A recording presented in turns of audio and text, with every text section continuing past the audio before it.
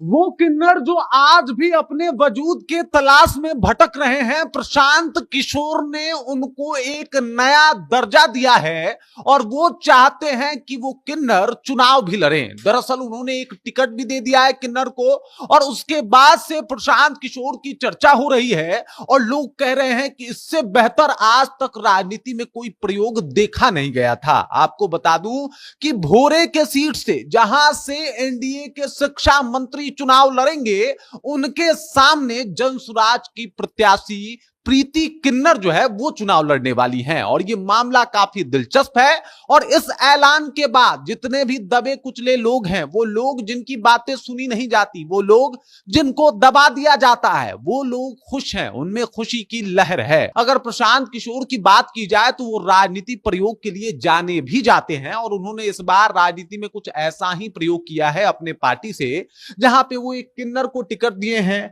और एक किन्नर को टिकट देना कहीं ना कहीं अपने आप में एक बहुत बड़ा गट्स है, बहुत बड़ी उपलब्धि मानी जा सकती है, क्योंकि जहां भी टिकट बंटवारा हो रहा है इस आधार पे हो रहा है कि भाई साहब सामने वाले की जाति क्या है, सामने वाले का माहौल कैसा है, सामने वाले का भौकाल कैसा है, उसका बैकग्राउंड क्या है। लेकिन प्रशांत किशोर ने जिसको टिकट दिया है वो किन्नर समुदाय से आती है, यानी थर्ड जेंडर समुदाय से आती है और वो किन्नर समुदाय से आने के साथ साथ समाज सेवा में हमेशा से तत्पर रही हैं, जनसुराज की पुरानी मेंबर रही हैं और इसी वजह से जब फर्स्ट लिस्ट जारी किया जनसुराज ने तो उसमें उनको जगह दिया, उसमें उनका नाम था। यानी प्रीति किन्नर अब चुनाव लड़ेंगी और उनके सामने होंगे बिहार के शिक्षा मंत्री, जो कि अभी हालिया शिक्षा मंत्री हैं। इस बार जब वो चुनाव लड़ेंगे, भोरे से ही वो विधायक हैं, और इस बार जब वो भोरे से चुनाव लड़ेंगे तो उनके सामने होंगी प्रीति किन्नर। ये अपने आप में समाज को ये आईना दिखाना हुआ, एक बराबरी का एक तरीके से कहीं ना कहीं परचम लहराना हुआ